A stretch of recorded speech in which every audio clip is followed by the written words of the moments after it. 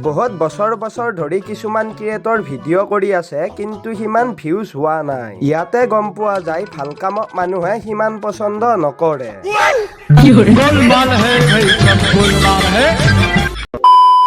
দুখীয়াৰ আকৌ কিহৰ পিকনিক? ৰাতি 31 ডিচেম্বৰত টিভিত ফুল ভলিউম দি গান লগাই ভাত খাই দিম, ভেজাল শেষ। 2025 চনত প্ৰেম বেছি হৈছে যেন পাওঁ, ধানবোৰো শান্তি পোৱা নাই।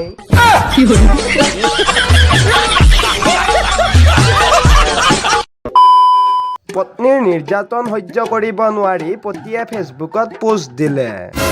এইজনী কাৰ গাৰ্লফ্ৰেণ্ড আছিল ভাই, লৈ যাহি, মই আৰু নোৱাৰিছো। প্ৰেমে নামানে বয়সৰ সীমা, তথাপি ককা আৰু নাতিনীয়েকৰ বিয়া কেনেকৈ সম্ভৱ হ'ব পাৰে?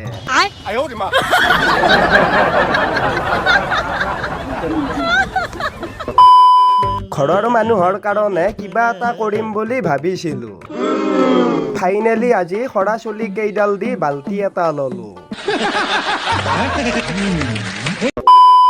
ছাৰপ্ৰাইজ হিচাপে কেৱল মানুহৰ আচল ৰূপটোকেই দেখা পালো।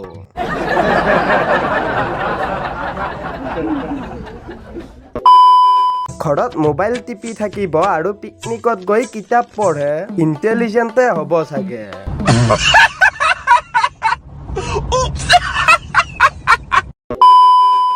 ইয়াত পেচাব কৰা নিষেধ, জোৰকৈ লাগিলে উপায় নাই কৰি দিব।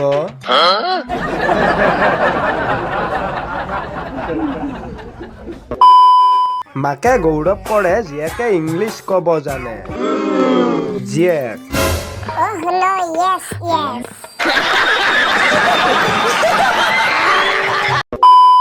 টপা আৰু ধুনু, ৱাও ইতনি খুচি। গাড়ীৰ চিট নোহোৱা কাৰণে খুৰী দুজনীৰ ওচৰতে বহিলো। বৰ্তমান মই সিহঁতৰ গাঁৱৰ কথা গোটেই জানো।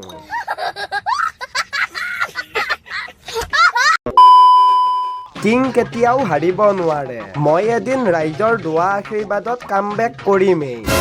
শুকুৰ আলি।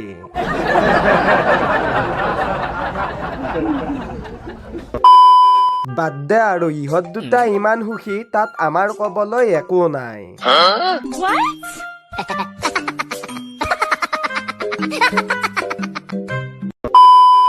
আজিৰ ভিডিঅ'টো যদি চাই পালে আপোনালোকে ভাল পালে তেতিয়াহ'লে লাইক কৰিব, কমেণ্ট কৰিব আৰু নতুনকৈ অহাসকলে চেনেলটো ছাবস্ক্ৰাইব কৰিব, কাৰণ এনেকুৱা ধৰণৰ ভিডিঅ' আপোনালোকে পায়েই যাই থাকিব। তো গাইজ পুনৰ লগ পাম আপোনালোকৰ অন্য এটা নেক্সট ফান্নিৰ ভিডিঅ'ত। আজিলৈকে এৰিলো, বাই বাই। আৰে মুকেশ, সঁচাকে মই জুবিন দেশৰ মানুহ আৰু আমি আজি এজন ভগৱানক হেৰালো। জুবিনদাৰ ন্যায় আমাক লাগিবই।